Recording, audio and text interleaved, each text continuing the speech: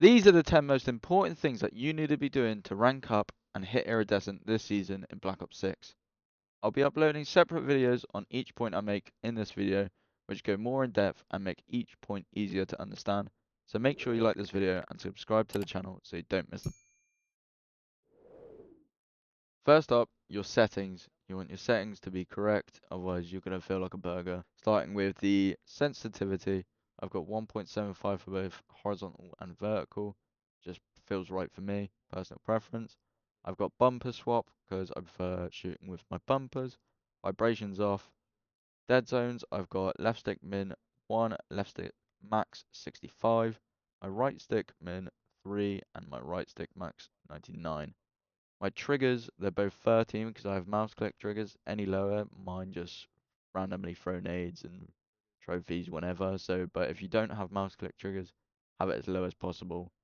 Make sure you got target aim assist on. Your advanced settings, you want the instant timing and dynamic response curve type. For my movement settings, I've got obviously sprint assist on with 0 delay, sideways and backwards on.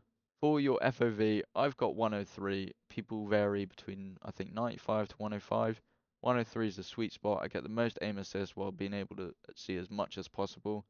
With your ADS field of view, you want it as affected because if you're at range and in a gunfight, you feel like you have no recoil. Your weapon field of view, you want wide because it makes the gun smaller. You can see more of your screen. Obviously, with world motion blur and weapon motion blur, make sure you have these off. It will ruin your gameplay if you have them on. It'll be a little bit harder to actually focus what's going on. Last but not least, your minimap shape you want as a square, not the circle. You see more in the square than you do the circle. Simple as that. Next up is your loadouts. You need the correct loadouts, so just get to it really quickly. Concussion, a frag, I prefer a frag, a lot more variation in a frag than a Semtex. You can throw it with spawn, you can cook it, an instant blow up in someone's face. Just a lot better in my opinion. Obviously a trophy, flap jacket, fast hands, double time, and ninja are the perks that you want. Obviously ninja, you're going to be an elephant if you do not have ninja. The strider class, pretty simple, everyone runs the exact same. The Kepler Microflex, Fast Mag 2, and a Quick Draw Grip. My Jackal, most Jackals, I think every single Jackal, unless I see a lot of people using a vertical foregrip. You don't want to be doing this.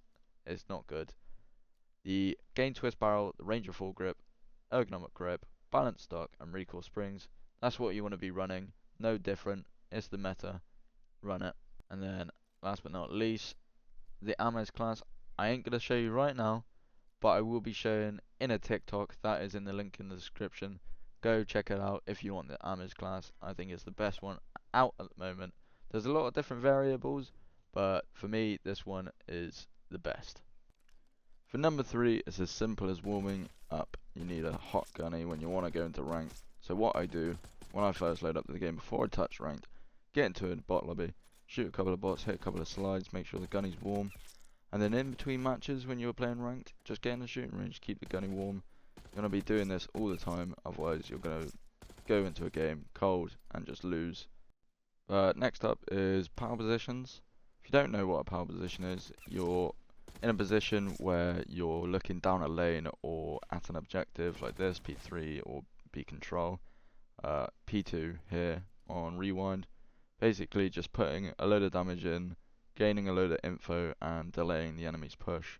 Just very strong places to sit, and yeah, just one of the hardest kills. So basically you just want to play your life the whole time, try not die, and then it just delays the push as a whole. That's why power positions are so strong in the game. Next up is your minimap, probably one of the most crucial parts of playing COD. You need to be looking up at it as much as possible. There's arrows pointing up and down, giving you the most information, telling you exactly where someone is. If they're actually on your vicinity of the minimap, you know exactly where they are, what credit they're in. So you want to use this as much as possible. Not only for the enemies, but also for your teammates. It's really good information for your teammates. Say if you're all pushing one way like this, you're going to spread out, go a different way, take a route. Or if you're holding a hard point and no one's looking at a certain lane, you can pick that up. If no one's blocking spawns, it's actually really good to know where your teammates are and just adapt around them, and you will climb the ranks pretty quickly. So for the next point, it's your spawns. I'm going to show you the vault spawns for hardpoint, and then obviously vault spawns for control. So for P1, you mainly have these 4 spawns. You basically want to hold for P2, obviously. So you gotta make sure you're blocking this spawn is the main spawn. I think the cutoff area is this to block it. That's a very great line. um, that's what you want to be holding. Obviously, you want to restrict people who are coming this way, coming around and trying to flip the spawns, and the same like this way. For P3, you want to be holding for P4 after, because that is the money hill. So P3, in my opinion, is just more of a transition hill for trying to like use that whole 60 seconds to try and gain the P4 spawns for next, because that is the biggest money hill on this map. So you want to be trying to get through here, trying to block these spawns. You want someone, if possible, sitting top Lamar. You want someone on the statue. Someone needs to really hold the right side, because a lot of people try make a play through here to try to gain the spawns. So what you want to be doing is having top Lamar looking out here, because a lot of people will try and extend all the way out so that they can get into white or Lamar. So that guy will be looking out here. You want someone on the statue who would be looking at this cross, because a lot of people will try to go through here to get in the spawns. And then obviously, if possible, get someone on time here or here. And what I like to do is have someone in P1 sat watching for when they push through here, trying to push out. Obviously, when playing for P3, try to get as much time as possible, but the whole goal of P3, in my opinion, is getting those spawns for P4. Once you get P4, it's a money hill. You should be getting 60 seconds 90% of the time. So for P4, these are the spawns. You want to obviously be holding the back spawns for the best chance again of full 60, which you should be getting. The most common spawn being the palm/swimming pool spawn, so you definitely want, in my opinion, someone at statue or top Lamar watching top art, sorry, watching the cross and people coming in. You can have someone down here watching the lane there like that, but the most effective, in my opinion, is watching a cross, because once they have to get over, it's actually quite hard to transition from here past this truck. For the less common spawns, obviously you got P1. If you have someone pushed out here, they won't normally spawn here. They will spawn in this one here, around P3. And all you'd want to do then is just have the guys top white or Lamar looking out this way. But the more commonly, if someone isn't pushed out at Lion, then they will spawn P1, and then you want the guys watching it from here. Sometimes you have a guy in hill, he'll watch it as well, or if he's playing top of art, he'll watch that way. You basically want to cut off the whole cross so they can't pretty much pass this line. They get past the line without you seeing them. Most of the time they'll get into the back and they'll spawn you out, and you'll not get the full 60 if you spawn out. So for vault control, these are the spawns, the main default spawns that you will have when you get a kill. Unless someone is pushed up past this bit and past that bit to affect the spawns, those will be your default spawns.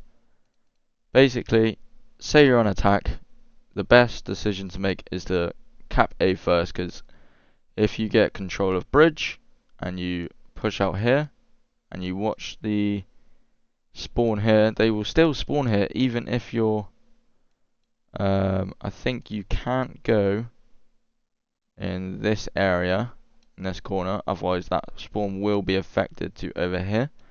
So, but for the A point, you want this. You want to sit here, you want to spawn them out so that they're spawning here instead. This is the best way to cap A. You want to hold the bridge, because if they're spawning here still, they're just going to flood the bridge, and they're going to gain control of that really easily, and then they can obviously look down on the A point and really easily defend. Say once you've captured A, that's been captured, and you're going for B. you want to affect the spawn and use it to its default position. You want to be putting them in the default spawn, so you want to push out this area instead to block this spawn and make it so they have the default spawn. The further away they are, the longer it takes, the harder it is for them. They're going to only use the route of going here and try push across line, or they have to take a route through into P3. Most of the time you will see people do that. You rarely see people go out into vault from swimming pool. You'll see them try just run across here. If you have people here, you're just going to set up a fire across. This whole area is like a no man's land. People do not want to cross it. They're going to have to take a route of some sort. They're going to probably try push the back if you're in here and controlling it. So if you're up here, probably most of the time just watch it back. Make sure that they're not getting you out, because if they get out of the spawn trap and get you off of top Lamar, bottom Lamar, whatever you're playing, then they will spawn closer to B, and it will be a lot harder because they'll gain control up here, and this is the power position for B control. For number 7, it's what I see the least out of a lot of people is they're not using their tacs, their concussions, their frags, their semtexes.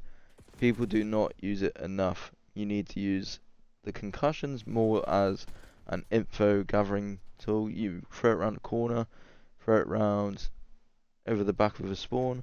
It just gives you information that someone is there instead of having to take the time to check it. You can check 2 things at once, throw that, check something else at the same time, and then get the notification that someone is there. Or obviously use it to actually concuss someone, make them slow, and then obviously just camera them. And then the next would be people not using their frag / semtexes. Personally, I prefer a frag. Like you heard earlier in the video, it's got so much more variation. You can do a lot more with it, but I just don't see enough people using them. What I like to do is find the lineups for when you're coming off spawn. If you know where the lineups are and can catch people, especially during S&D, it's a massive advantage to gain a first blood for the first 5 seconds into the round. And then obviously what you can also do with a frag is cook it and have it almost like explode in someone's face. I like to do it when I spawn up and there's a hard point. I just throw it quite early, hopefully get them to be damaged as I'm challing out, because the nade has exploded as I'm going. Obviously if you use the semtex, it's more of a way to get people to stop being in the area for a couple of seconds. That's what I use for a frag. I like detonate the floor and just know that that is covered for, I think it's around about 3 seconds, 4 seconds. You just chuck it there. The enemies probably will not cross it, so you can quickly glance at another spot, make sure no one's there, and then come back to it. So for number 8, we've got communication. Hopefully that your teammates have a mic, hopefully you have a mic. You'll be able to gain a lot of information, make the game a lot easier. You'll get kills a lot easier, and you'll start winning games a lot more and hit the ranks you want to hit.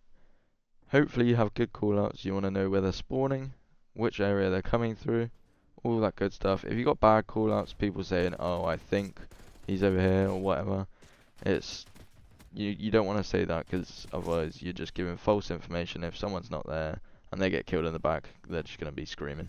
They're not going to be happy. So just provide good comms. Hopefully they provide them back, and it makes the game a lot more enjoyable to play, for sure. Which that takes me into the next point. If you don't have comms, what do you do?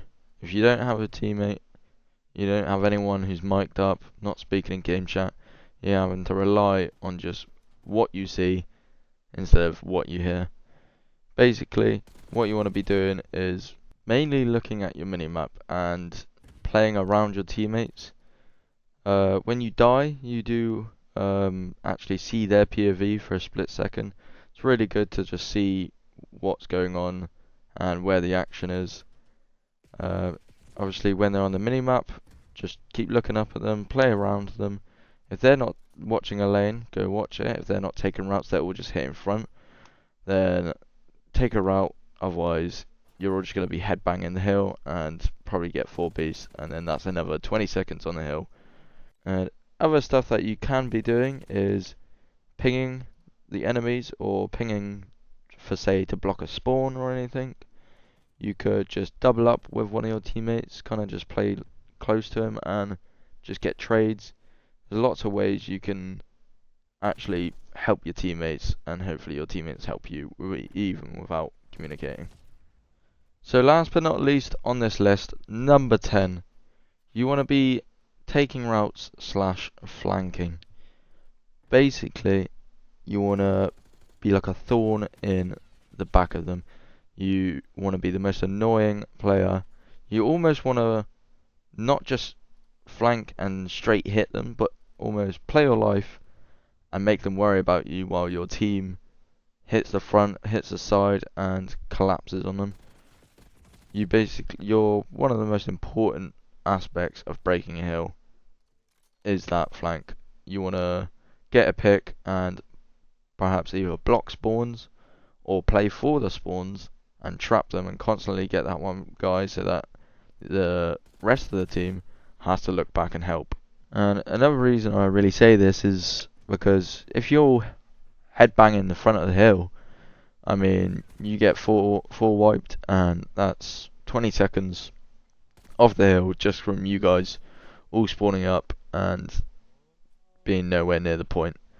You want to be taking routes and hitting the objective from all sorts of places, not all the same place. Otherwise, it's gonna just make it so much easier, especially if it's like a funnel hill. Say it's like a P2 on this hacienda, and you're all just hitting the front. You can see the whole of the front. I mean, it is the most stupid way people play the game. It's just all hitting the same area. Just look at the minimap, see where your teammate's going, take a route, and you will start winning way more games than you are right now. So that's it. That is 10 tips that you need to use in Black Ops 6 to reach iridescent, hopefully this season. If not, keep grinding, you'll hit it next season. I'll be trying to grind for it this season. I still have not hit it. I think I can hit it with a little more effort and a little more time into the game. So that's what we'll be doing. I'll be streaming most of it, but then I also will be making more videos on the road to iridescent. So make sure you check it out and you turn on that notification.